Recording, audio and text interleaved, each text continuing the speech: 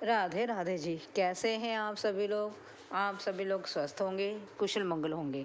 आप सभी के स्वास्थ्य और कुशल मंगल की कामना मैं ईश्वर से करती हूँ कि आप सभी लोग स्वस्थ रहें और कुशल मंगल रहें। आज हम बात करते हैं श्री रामचंद्र जी को सीता जी का वियोग क्यों सहना पड़ा, पत्नी वियोग क्यों सहना पड़ा। एक बार ऋषि भृजु तपस्या के लिए कहीं दैत्य के गुरु जो थे भृजु, वह तपस्या के लिए बाहर गए हुए थे। तपस्या में जाने के कारण दैत्यों की रक्षा करने वाला कोई नहीं था। देवी देवताओं ने, भगवान विष्णु ने, देवताओं ने दैत्यों के ऊपर हमला कर दिया, उनके ऊपर हमला कर दिया। तो जो दैत्य थे वह भृजु की पत्नी के प्लोमा के आश्रम में चले गए। प्लोमा के आश्रम में जाने पर वह वहाँ पर उनके शिष्य के तौर पे उन्होंने कहा, हे माते हमारी रक्षा करें। रक्षा करने का वचन उन्होंने माता से, प्लोमा से ले लिया। तब जब प्लोमा से उन्होंने रक्षा करने का वचन लिया, तब फिर प्लोमा को तो उनकी रक्षा करनी ही थी, इसलिए उन्होंने उन दैत्यों को अपने घर में, अपनी कुटिया में आश्रय दिया। जब विष्णु तथा अन्य देवताओं ने उन पर हमला कर दिया, दैत्यों पर हमला कर दिया, तब प्लोमा जो है, भृंजु की पत्नी जो प्लोमा थी, ऋषि भृंजु की पत्नी जो प्लोमा थी, वह अटल होकर विष्णु जी के सामने खड़ी हो गई कि आप इनका वध नहीं कर सकते। ये ऋषि जी के शिष्य हैं, ये हमारे शिष्य हैं। भगवान विष्णु ने कहा, हे देवी आप पीछे हट जाएं। मैं नारी पर हाथ नहीं उठाता, नारी पर वार नहीं करता, मैं आपका आदर सम्मान करता हूँ, मेरी आपसे कोई दुश्मनी नहीं है। हे प्लोमा देवी आप कृपया कर रास्ता छोड़ दें। लेकिन वह अपने वचन से बंधी होने के कारण वहाँ पर अटल खड़ी रही, वह हट नहीं सकती, हटी नहीं, वहाँ से ना हटी, और उन्होंने भगवान विष्णु को रास्ता नहीं दिया। लेकिन जब तक प्लोमा वहाँ खड़ी थी तब तक भगवान विष्णु भी दैत्यों का वध नहीं कर सकते थे।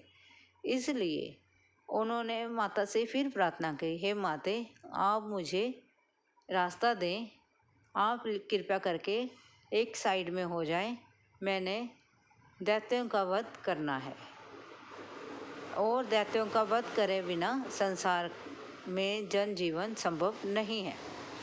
तब माता प्लोमा ने कहा, नहीं हे भगवान आप तो देवता हैं, आप ऐसा नहीं कर सकते। बहुत देर तक ऐसे ही चलता रहा।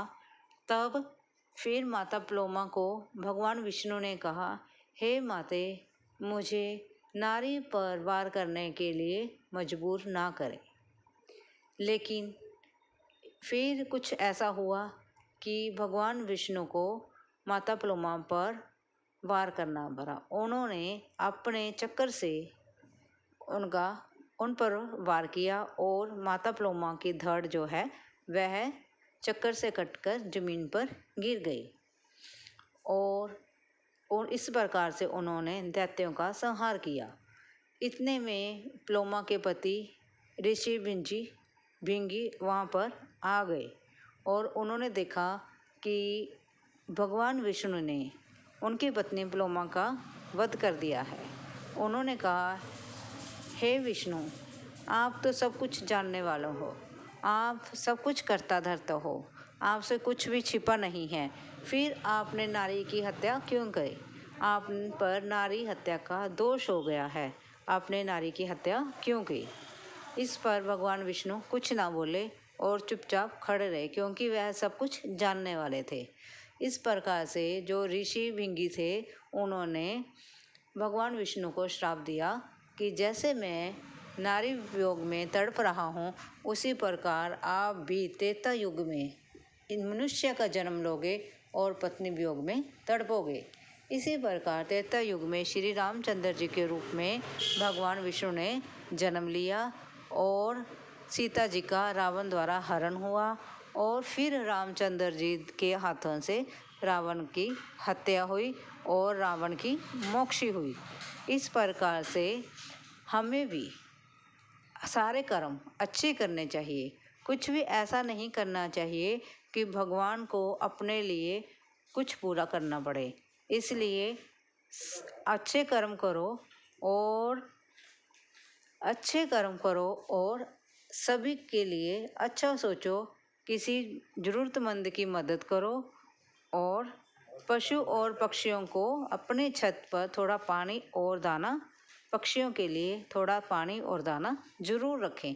अगर आपको वीडियो अच्छी लगी हो, लाइक और सब्सक्राइब ज़रूर करें। Thank you ji.